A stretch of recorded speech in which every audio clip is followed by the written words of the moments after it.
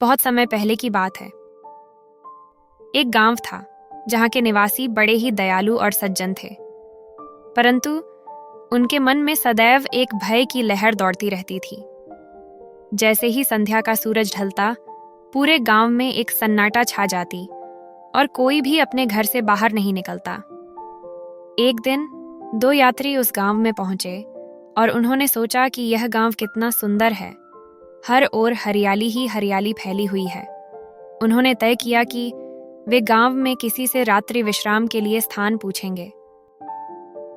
उन्होंने एक बुजुर्ग से पूछा, बाबा, क्या आप हमारी सहायता कर सकते हैं? हम यात्री हैं और आज रात यहीं ठहरना चाहते हैं।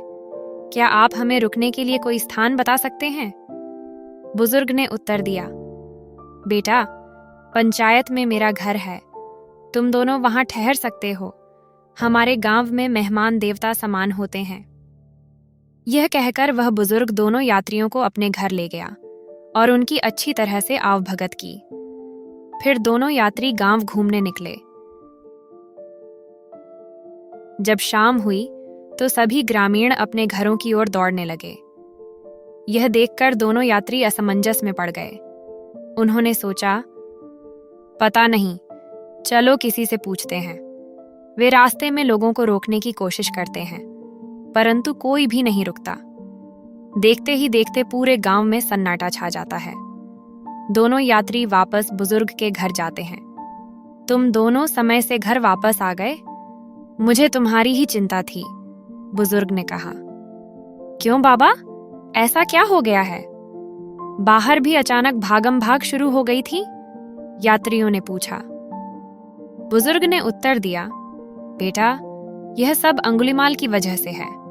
वह अपनी गुफा से बाहर निकल आता है और जो भी उसे अपने सामने दिखता है उसका सारा सामान लूटकर उन्हें मार देता है और उनकी उंगलियां काटकर उसकी माला बनाकर गले में पहनता है। इसलिए शाम होते ही सभी गांव वाले बिना किसी देरी के अपने घरों में चले जाते हैं। ये सुनकर दोनों यात्री बहुत डर जाते हैं और सोचते हैं, हम कहाँ फंस गए। इसके बाद दोनों यात्री अंगुलीमाल के डर की वजह से रात भर सो नहीं पाते और सुबह होते ही गांव छोड़कर चले जाते हैं। दिन पर दिन बीतते जाते हैं, लेकिन सोनापुर गांव में अंगुलीमाल का खौफ और आतंक कम नहीं होता, जिसकी वजह से सारे गांव वाले हमेशा परेशान रहते हैं। एक दिन कुछ गांव वाले एक मंदिर में इकट्ठा होते हैं और भगवान से प्रार्थना करने लगते हैं। सभी गांव वाले परेशान और उदास मंदिर में खड़े थे। तभी उन्हें मंदिर के बाहर से एक आवाज सुनाई देती है, क्या कुछ समय के लिए हम यहाँ शरण ले सकते हैं? और जब उन्होंने देखा कि महात्मा बुद्ध खड़े हैं तो वे बहुत खुश हो जाते हैं। वे उनका स्वागत करते हैं और उनकी आवभगत में लग जाते हैं। सभी बहुत खुशी से बुद्ध की सेवा करते हैं, लेकिन बुद्ध गांव वालों की इस खुशी के पीछे छुपे दुख और डर को पहचान लेते हैं। बुद्ध ने पूछा, आप सभी इतने परेशान और उदास क्यों हैं? क्या कोई बात है जो आप सभी को परेशान कर रही है? गांव वाले बताते हैं, हम सभी बहुत ज्यादा चिंतित रहते हैं। शाम को अंगुलीमाल के आने का खतरा बना रहता है, जिसकी वजह से हमारा दैनिक जीवन बहुत प्रभावित होता है। बुद्ध ने कहा, पहले आप शांत हो जाइए और फिर हमें पूरी बात बताइए।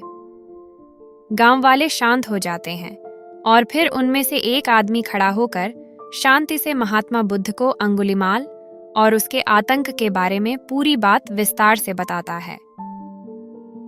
बुद्ध ने आश्वासन दिया, आप सब परेशान मत होइए, बहुत ही जल्द आप सबको अंगुलीमाल के आतंक से छुटकारा मिल जाएगा। उनकी बात सुनकर सभी गांव वाले शांति से अपने अपने घर चले जाते हैं। अगले दिन सुबह से सभी गांव वाले अपने कामों में लग जाते हैं और महात्मा बुद्ध की सेवा में लग जाते हैं। दिन बीतता है और शाम होते ही महात्मा बुद्ध जंगल की तरफ निकल जाते हैं। महात्मा बुद्ध को आते देख अंगुलीमाल उन्हें मारने के लिए खड़ा हो जाता है, लेकिन बुद्ध अंगुलीमाल की तरफ ना देखते हुए सीधा आगे बढ़ जाते हैं। अंगुलीमाल यह सहन नहीं कर पाता है और बुद्ध के पीछे दौड़ने लगता है। अंगुलीमाल चिल्लाता है, रुक जा, आज तुझे मुझसे कोई नहीं बचा सकता। लेकिन बुद्ध बिना रुके आगे बढ़ते जाते हैं। अंगुलीमाल उनके पीछे पीछे भागता रहता है।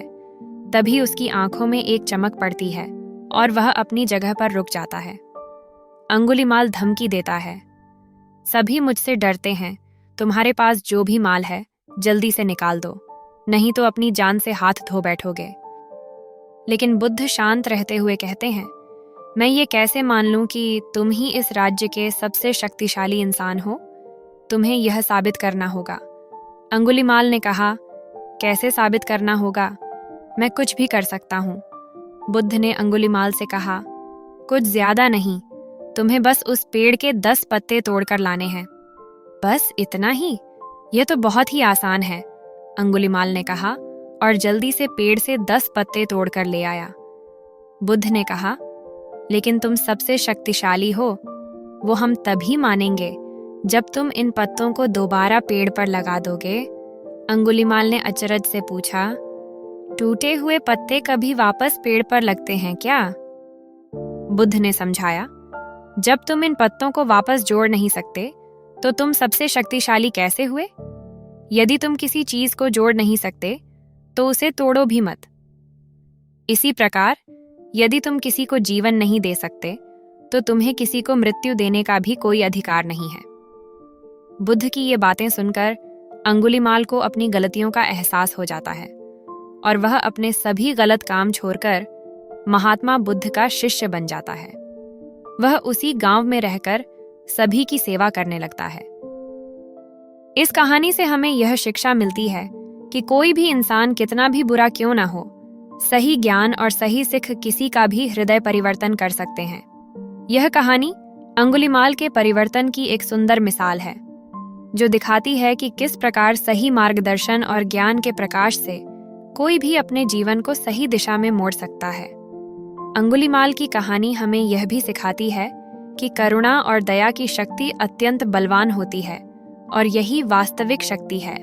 आप सभी को कहानी कैसी लगी? हमें कमेंट्स करके ज़रूर बताना। हमें आपके कमेंट्स का इंतज़ार रहेगा।